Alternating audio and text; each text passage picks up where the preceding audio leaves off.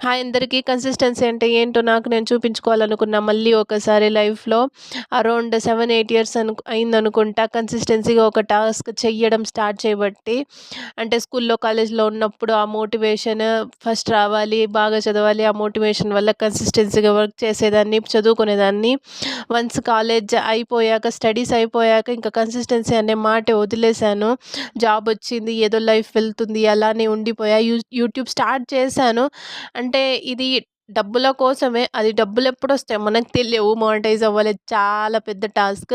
కానీ కన్సిస్టెన్సీగా ఉన్నాను నేను అని నాకు నేను ప్రూవ్ చేసుకోవాలని యూట్యూబ్ స్టార్ట్ చేశా. అంటే డైలీ వీడియోస్ పోస్ట్ చేయడం కూడా ఒక టాస్కే కదా! అది కూడా కన్సిస్టెన్సీగా అంటే కన్సిస్టెన్సీ అంటే ఏంటో అలా కూడా తెలుస్తుందనుకున్నా. కానీ అది నేను మళ్ళీ ఓడిపోయా.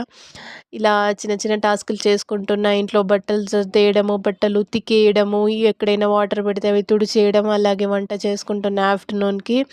మునక్కాయల ఫ్రై ఇది శనగగింజల పొడి వేసి చేస్తాం మా సైడు. చాలా టేస్టీగా ఉంటుంది. అంటే ఈరోజు బాగా కుదరలేదనుకుంటా. అంటే అది వేరే విషయం. కుదరలేదు సరిగ్గా. మా ఆయనకు నచ్చలేదు. అయినా తినాలి, ఇంకేం చేయలేము.